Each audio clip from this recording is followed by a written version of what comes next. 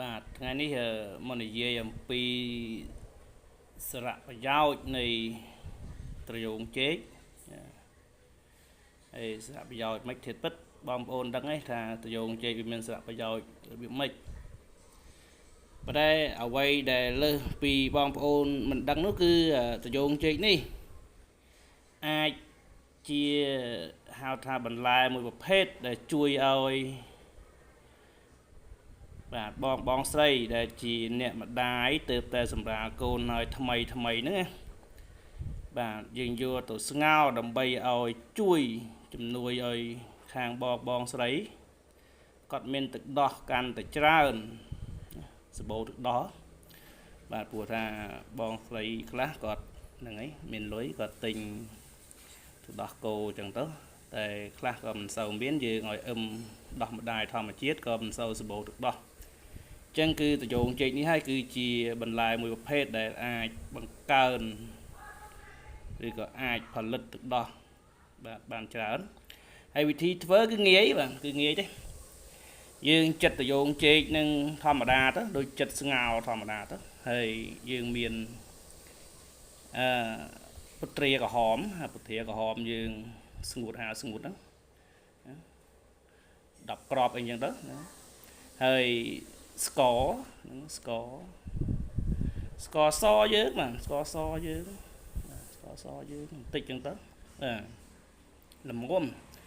បាទហើយអំបិលហ្នឹងឯងអំបិលល្មមចឹងមកយើងលៃលក់ដាក់ល្មមអាចមកយើងស្ងោរវាហើយយើងផឹកបានហ្នឹងឯងពិសាបានហើយវិធីធ្វើគឺយើងចិតយោងចេកលាងទឹកធម្មតាអញ្ចឹងមកជាមួយនឹងស្ករជាមួយនឹងពុទ្រាក្រហមយើងហ្នឹងពុទ្រាក្រៀមហ្នឹងហើយអំបិលបន្តិចមករួចដាក់រងាស់ដាក់ចូលគ្នាលេចូលគ្នារងាស់ទឹកបាទទឹកយើងមើលល្មមបាទមើលល្មមទឹក2លីត្រ3លីត្រអញ្ចឹងទៅហ្នឹង2លីត្រ3លីត្រអញ្ចឹងតា